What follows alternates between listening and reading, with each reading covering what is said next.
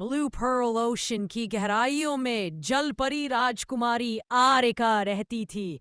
उसके पास एक खास शक्ति थी जिसे aqua शक्ति कहा जाता था। वह समुद्री जीवों की रक्षक थी। डॉल्फिन हो, कछुए हो या छोटे छोटे जेलीफिश, सब उस पर भरोसा करते थे।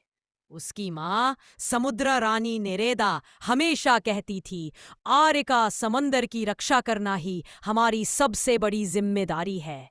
आरिका खुशदिल, बहादुर और तेज थी, लेकिन उसे नहीं पता था कि बहुत जल्द समुद्र की सबसे बड़ी परीक्षा आने वाली है।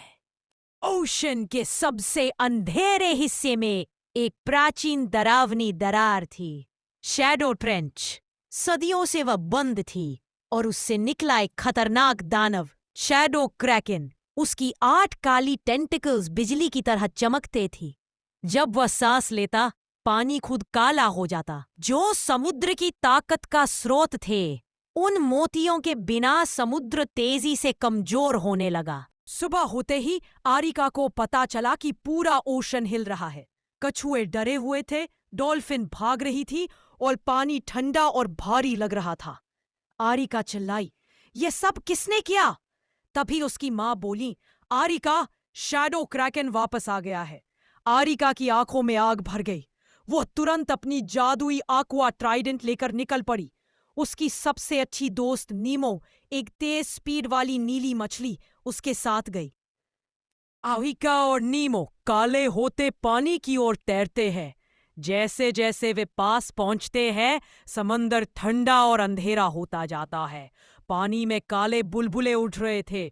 खतरनाक डार्क ईल्स दोनों के आसपास तैरने लगी।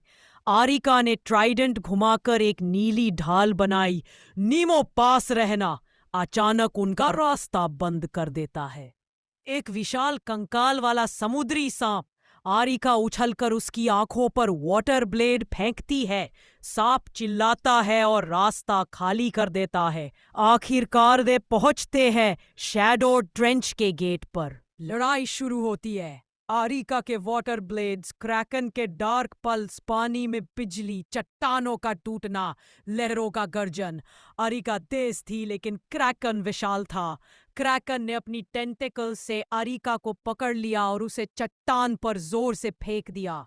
नीमो चिल्लाया, आरिका संभालो। क्रैकन ने ओशन हार्ट मोतियों को अपनी छाती में मिला लिया। उसकी शक्ति दोगुनी हो गई। आरिका धीरे धीरे उठी। उसकी आंखों में गुस्सा और हिम्मत दोनों थे। आरिका ने अपनी माँ की सिखाई आखिरी शक्ति याद की, ओशन